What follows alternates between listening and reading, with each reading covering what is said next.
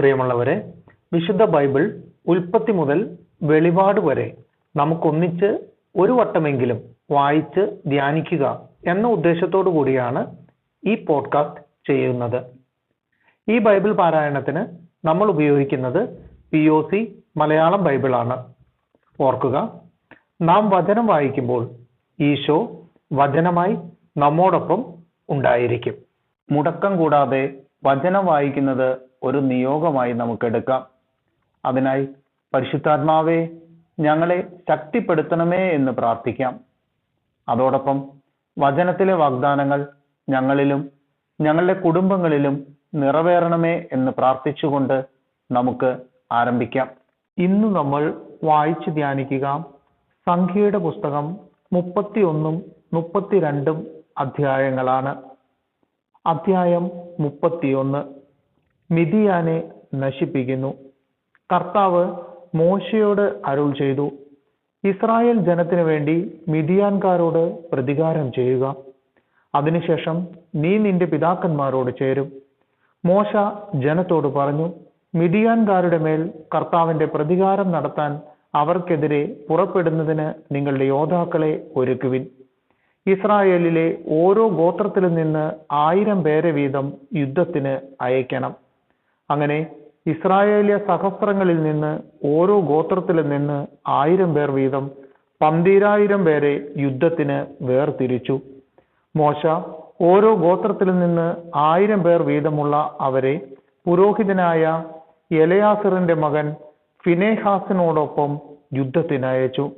ഫിനെഹാസ് വിശുദ്ധ മന്ദിരത്തിലെ ഉപകരണങ്ങളും സൂചനാ കാഹളങ്ങളും വഹിച്ചിരുന്നു.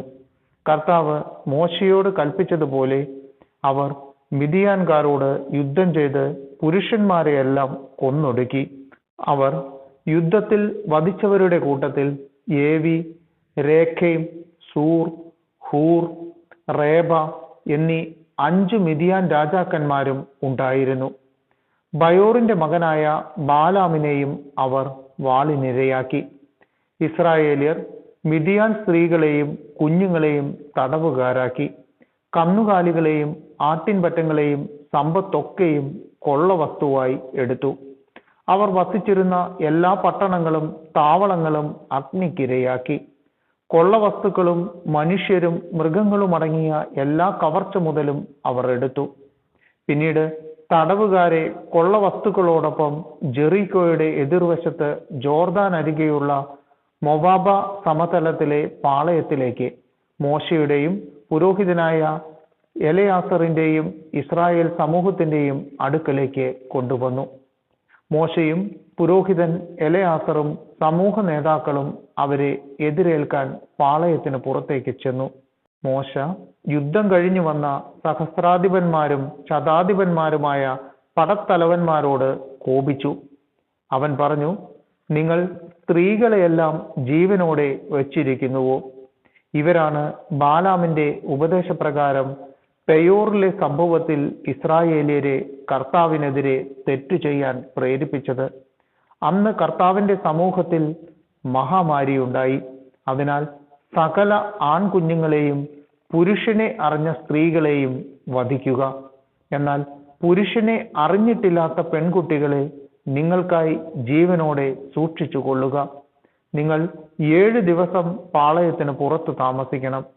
ആരെയെങ്കിലും കൊന്നവനും കൊല്ലപ്പെട്ട ആരെയെങ്കിലും തൊട്ടവനും ആയി നിങ്ങളിലുള്ളവരെല്ലാം 3-ാം ദിവസവും 7-ാം ദിവസവും തങ്ങളെ തന്നെയും തങ്ങളുടെ തടവുകാരെയും ശുദ്ധീകരിക്കണം. വസ്ത്രങ്ങളും തോൽ, കോലാട്ടിൻ രോമം, തടി ഇവ കൊണ്ട് നിർമ്മിച്ച സകല വസ്തുക്കളും ശുദ്ധീകരിക്കണം. പുരോഹിതനായ എലയാസർ യുദ്ധത്തിന് പോയിരുന്ന യോദ്ധാക്കളോട് പറഞ്ഞു, കർത്താവ് മോശയോട് കൽപ്പിച്ച നിയമം ഇതാണ്. സ്വർണം, വെള്ളി, ഓട്, ഇരുമ്പ്, തകരം, ഈയം മുതലായ തീയിൽ നശിച്ചു പോകാത്ത സാധനമൊക്കെയും അഗ്നിശുദ്ധി വരുത്തണം. പിന്നീട് ശുദ്ധീകരണ ജലം കൊണ്ട് ശുദ്ധീകരിക്കണം. തീയിൽ നശിക്കുന്നവ വെള്ളത്തിൽ മുക്കി ശുദ്ധീകരിക്കണം. 7-ാം ദിവസം നിങ്ങൾ വസ്ത്രം അലക്കണം. അപ്പോൾ നിങ്ങൾ ശുദ്ധരാകും. അതിനുശേഷം നിങ്ങൾക്ക് പാളയത്തിലേക്ക് വരാം. കൊള്ള മുതൽ പങ്കിടുന്നു. കർത്താവ് മോശയോട് അരുൾ ചെയ്തു, നീയും പുരോഹിതനായ എലയാസറും സമൂഹത്തിലെ ഗോത്ര നേതാക്കളും കൂടി കൊള്ളയായി പിടിക്കപ്പെട്ട മനുഷ്യരുടെയും മൃഗങ്ങളുടെയും കണക്കെടുത്ത് അവയെ യുദ്ധത്തിനു പോയ യോദ്ധാക്കൾക്കും സമൂഹത്തിനുമായി രണ്ടായി ഭാഗിക്കുക. തടവുകാരിലും കാള, കഴുത, ആട് ഇവയിലും 500-ന് 1 വീതം കർത്താവിന് ഓഹരിയായി യുദ്ധത്തിനു പോയവരിൽ നിന്ന് വാങ്ങണം. അവരുടെ ഓഹരിയിൽ നിന്ന് അതെടുത്ത് കർത്താവിന് കാണിക്കയായി പുരോഹിതനായ എലയാസറിന് കൊടുക്കണം. ഇസ്രായേൽ ജനത്തിന് ഓഹരിയായി ലഭിച്ച തടവുകാർ കാള, കഴുത, ആട് എന്നിവയിൽ നിന്ന് 50-ന് 1 വീതം എടുത്ത് കർത്താവിന്റെ കൂടാരത്തിൽ സേവനമനുഷ്ഠിക്കുന്ന ലേവ്യർക്ക് കൊടുക്കണം. മോശയും പുരോഹിതൻ എലയാസറും കർത്താവ് കൽപ്പിച്ചതുപോലെ ചെയ്തു. യോദ്ധാക്കൾ കൈവശപ്പെടുത്തിയ കൊള്ള മുതലിൽ അവശേഷിക്കുന്നവ ഇവയാണ്: 6,75,000 ആടുകൾ, 70,000 കാളകൾ, 61,000 കഴുതകൾ, പുരുഷനെ അറിയാത്ത 30,000 സ്ത്രീകൾ. യുദ്ധത്തിനു പോയവരുടെ ഓഹരിയായ പകുതിയിൽ 3,37,500 ആടുകൾ ഉണ്ടായിരുന്നു.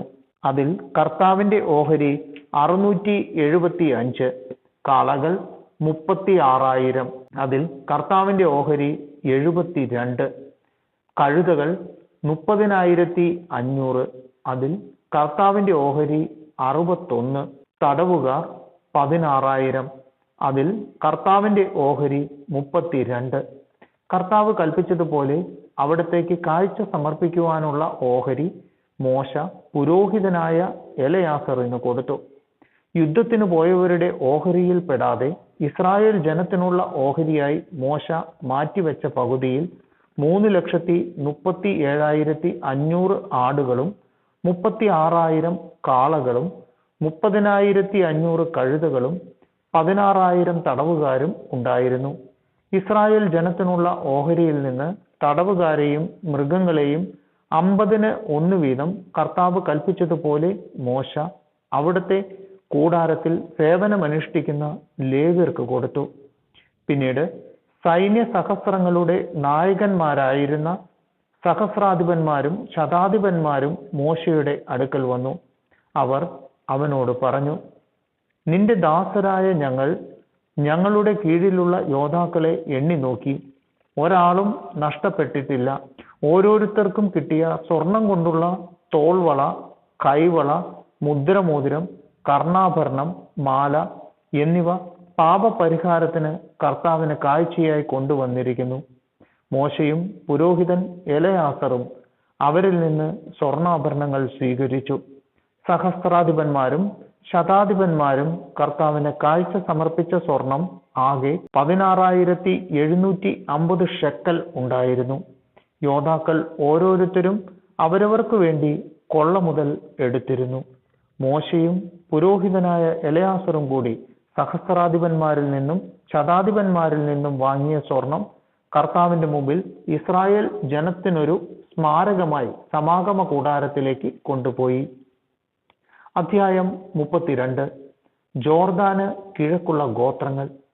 റൂബന്റെയും ഗാദന്റെയും സന്തതികൾക്ക് വളരെയേറെ ആടുമാടുകൾ ഉണ്ടായിരുന്നു. യാസേർ, ഗിലെയാദ് എന്നീ ദേശങ്ങൾ നല്ല മേച്ചിൽ സ്ഥലമാണെന്ന് അവർ കണ്ടു. അതിനാൽ അവർ മോശയോടും പുരോഹിതനായ എലയാസറിനോടും സമൂഹത്തിലെ നേതാക്കളോടും പറഞ്ഞു, അപ്താരോത്ത്, Dibon, Jazer, Nimrah, Heshbon, എലയാലെ, സെബാം, Nebo, Bayern എന്നിങ്ങനെ കർത്താവ് ഇസ്രായേൽ സമൂഹത്തിന്റെ മുമ്പാകെ കീഴടക്കിയ ദേശം മേച്ചിൽ സ്ഥലമാണ്. ഈ ദാസർക്ക് ആടുമാടുകൾ ഉണ്ട് താനും.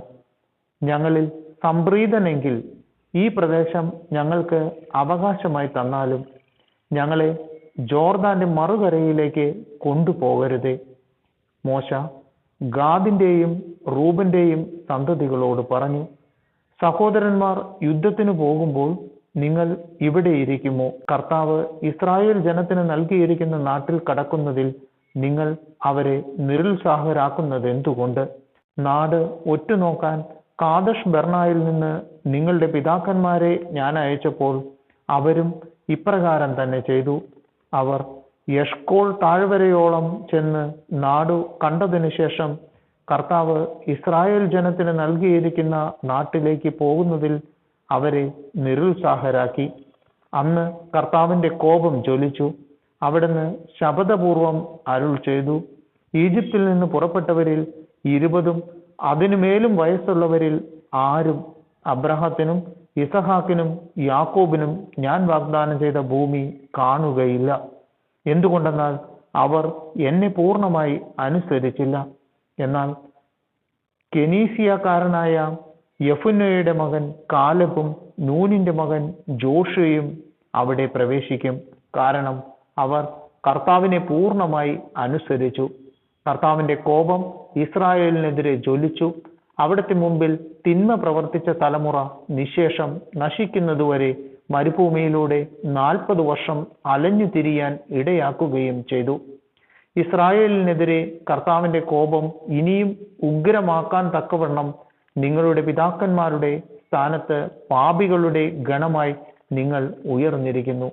എന്തെന്നാൽ അവിടുത്തെ അനുഗമിക്കുന്നതിൽ നിന്ന് നിങ്ങൾ വ്യതിചലിച്ചാൽ അവിടുന്ന് വീണ്ടും അവരെ മരുഭൂമിയിൽ ഉപേക്ഷിക്കും. അങ്ങനെ ജനത്തെ മുഴുവൻ നിങ്ങൾ നശിപ്പിക്കും. അപ്പോൾ അവർ മോശയോട് പറഞ്ഞു, ഞങ്ങൾ ഇവിടെ ഞങ്ങളുടെ ആടുമാടുകൾക്ക് വേണ്ടി ആലകളും കുട്ടികൾക്ക് വേണ്ടി പട്ടണങ്ങളും പണിയട്ടെ.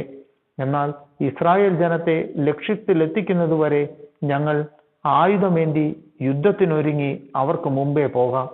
തത്സമയം ഞങ്ങളുടെ കുഞ്ഞുങ്ങൾക്ക് ഈ ദേശവാസികളുടെ ആക്രമണത്തെ ഭയപ്പെടാതെ കോട്ടയാൽ സുരക്ഷിതമായ പട്ടണങ്ങളിൽ വസിക്കുകയും ചെയ്യാം. ഇസ്രായേല്യരെല്ലാം താങ്കളുടെ അവകാശം കൈവശമാക്കുന്നതുവരെ ഞങ്ങൾ ഞങ്ങളുടെ വീടുകളിലേക്ക് മടങ്ങുകയില്ല. ജോർദാന്റെ മറുകരയും അതിനപ്പുറവും അവരോടൊപ്പം ഞങ്ങൾ ഭൂമി അവകാശമാക്കുകയില്ല.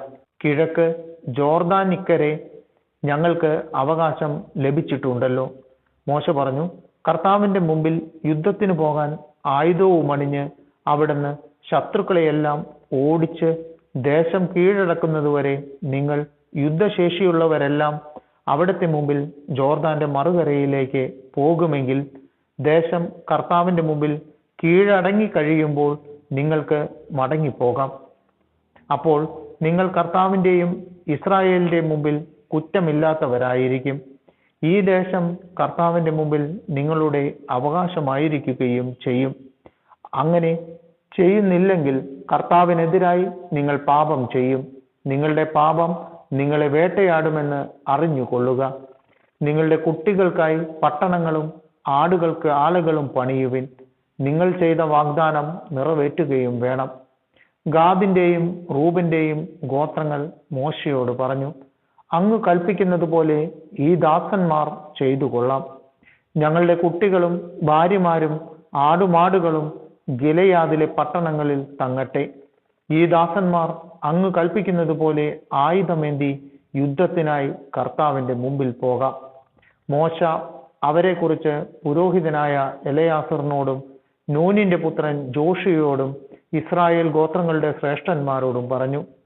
ഗാദിന്റെയും റൂബന്റെയും പുത്രന്മാർ ആയുധധാരികളായി യുദ്ധം ചെയ്യാൻ നിങ്ങളോടൊപ്പം ജോർദാൻ കടന്ന് കർത്താവിന്റെ മുമ്പിൽ പോകുകയും നിങ്ങൾക്ക് വേണ്ടി ദേശം കീഴടക്കുകയും ചെയ്താൽ ഗിലെയാദ് ദേശം അവർക്ക് അവകാശമായി കൊടുക്കണം.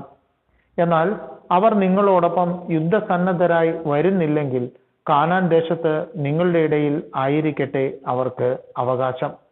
ഗാദിന്റെയും റൂബന്റെയും സന്തതികൾ പറഞ്ഞു, കർത്താവ് അരുൾ ചെയ്തതുപോലെ ഈ ദാസർ പ്രവർത്തിച്ചു കൊള്ളാം. ജോർദാനിക്കരെ ഞങ്ങൾ കൈവശമാക്കിയ പ്രദേശം ഞങ്ങളുടേതാകേണ്ടതിന് ആയുധധാരികളായി ഞങ്ങൾ കർത്താവിന്റെ മുമ്പിൽ കാനാനിലേക്ക് പോകാം. അമോര്യ രാജാവായ സീഹോന്റെയും ബാഷാൻ രാജാവായ ഓഗിന്റെയും രാജ്യങ്ങൾ അടങ്ങുന്ന പ്രദേശം മുഴുവനും അതിലുള്ള പട്ടണങ്ങളും ഗാദിന്റെയും റൂബന്റെയും ഗോത്രങ്ങൾക്കും ജോസഫിന്റെ പുത്രനായ മനാസയുടെ അർദ്ധഗോത്രത്തിനുമായി മോശ നൽകി.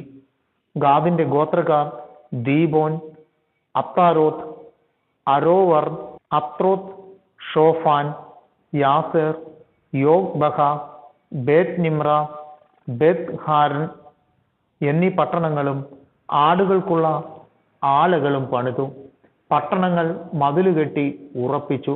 റൂബന്റെ ഗോത്രക്കാർ ഹെഷ്ബോൺ, എലയാലെ, കിരിയാത്തായും പിന്നീട് പേരുമാറ്റിയ നെബോ, ബാൽമെയോൺ എന്നീ പട്ടണങ്ങളും സിപ്മ പട്ടണവും പണിതു. അവർ പണിത പട്ടണങ്ങൾക്ക് വേറെ പേരുകൾ നൽകി. മനാസയുടെ മകനായ മാക്കീറിന്റെ പുത്രന്മാർ ഗിലെയാദ് കീഴടക്കി. അവിടെ ഉണ്ടായിരുന്ന അമോര്യരെ ഓടിച്ചു കളഞ്ഞു. മനാസയുടെ മകനായ മാക്കീറിന് മോശ ഗിലെയാദ് കൊടുത്തു. അവൻ അവിടെ താമസിച്ചു. മനാസയുടെ പുത്രൻ യായിർ പിടിച്ചടക്കിയ ഗിലെയാദ് ഗ്രാമങ്ങൾക്ക് ഹവോത്ത് യായിർ എന്ന് അവൻ പേരിട്ടു. കെനാത്തും അതിൻ്റെ ഗ്രാമങ്ങളും നോബഹ് പിടിച്ചടക്കി. അവൻ തൻ്റെ പേരനുസരിച്ച് അതിനെ നോബഹ് എന്ന് വിളിച്ചു.